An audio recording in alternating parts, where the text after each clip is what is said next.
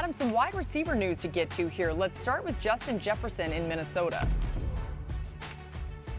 Laura, the Vikings listed him as a limited participant in practice today, but he also spoke to reporters for the first time since he injured that hamstring, and he did not have a time estimate as to when he would be back, other than to say he didn't want to come back until he was 100%.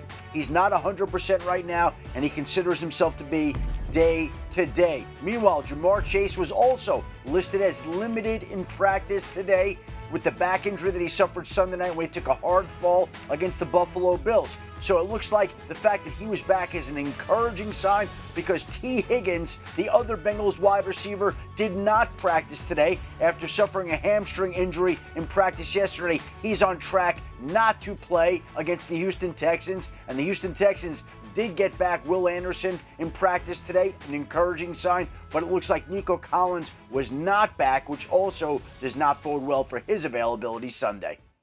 Good notes there. Thanks to Adam. Let's continue with the Texans. Okay, C.J. Stroud has been tough to stop when he's been having the benefit of a clean pocket. Stroud has an 81 QBR when he's not pressured. That ranks second in the NFL behind only Patrick Mahomes. However, when the defense does get pressure on Stroud, his QBR drops from 81 to 10. And if you're wondering, that's the largest decline in the NFL. And Dan, what's the film showing you about the rookie QB? Well, part of that is because he handles the pressure with efficiency and movement. It's very Joe Burrow-like when it comes to that. He minimizes it because he has very little wasted space, indoor movement with his operation. This is going to be a motion to a bunch curl concept, and to the naked eye, it's like, oh, great, cool, great protection. That's not true, but he wastes no movement. Watch how good he is when it comes to the structure and posture of his throwing motion. 1, 2, 3, hitch. Look, his base and that short step, even though that left guard is getting pushed back into him, if he's just a little bit longer, he's going to deal with pressure. But for that moment, he doesn't. Then to the middle of the field, you get motion. He's going to peek to the bottom of the screen, reset to really what is becoming number 4 in the progression. But you see that efficiency. Look at his base. It's almost like watching a boxer who's ready to punch at any time. Looks to, nope, reset. His feet are settled. And then instead of having to, quote unquote, hang for a second and deal with pressure, he doesn't, because there's no wasted movement. That is such a unique trait for quarterbacks, certainly young ones, that he is so advanced that he minimizes the pressure he has to deal with, not because he's hot, but because of the efficiency within his pocket movement.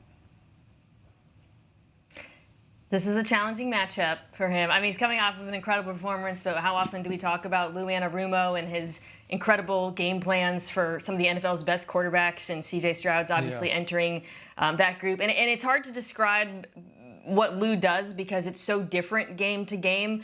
My suspicion in this one is what he'll do is take away what the Texans do best and try to force them to do what they do worst, which is run the football. They'll take away the middle of the field also, which is where C.J. Stroud really makes his hay. But what's incredible about what Dan showed you is C.J. Stroud, he's been so amazing on third down under pressure, despite the fact that he has the 6th longest to go on third down in the NFL, an average of 7.45 yards. And that's a lot of the time because they're wasting downs running the ball on 1st and 2nd. This is one of the worst, if not the worst, rushing attacks in the NFL for a litany of reasons that go beyond the backs. So if I'm Houston and I'm, facing this Lou Anarumo defense that I suspect will try to tempt them to do that, you have to resist that even if you're facing light boxes, because you'll put your quarterback in bad situations.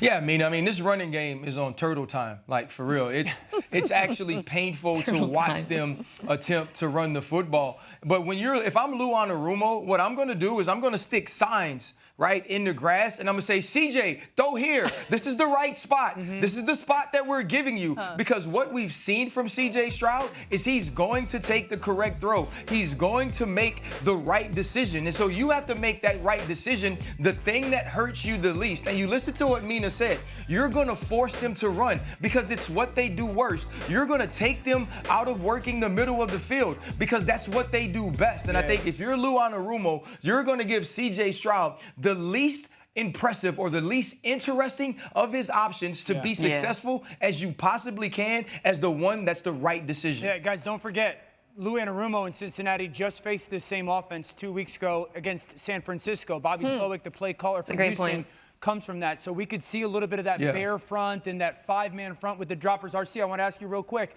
So they're so good at the play action pass in breakers with Houston and CJ Stroud.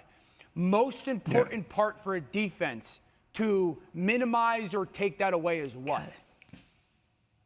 It depends on what you're playing, right? If we're playing zone, it's about my linebackers. So Jermaine Pratt, Logan Wilson, they have to be extremely active in the middle of the field and in those areas. If we're going to be man-to-man, it's about getting hands-on. Chidobe Awuzie getting hands-on, Cam Taylor-Britt on the outside. But it's so good that you said that, Dan, because who I want to attack is Dax Hill and Nick Scott. If you're looking for a position on this team that is not as good as the rest of them, it's those safeties that had to replace Von Bell and Jesse Bates. Yeah, when we saw Lou Anarumo earlier in the season on Monday Night Football, he talked about how Dax Hill was coming along, but there's obviously a gap in what there used to be there.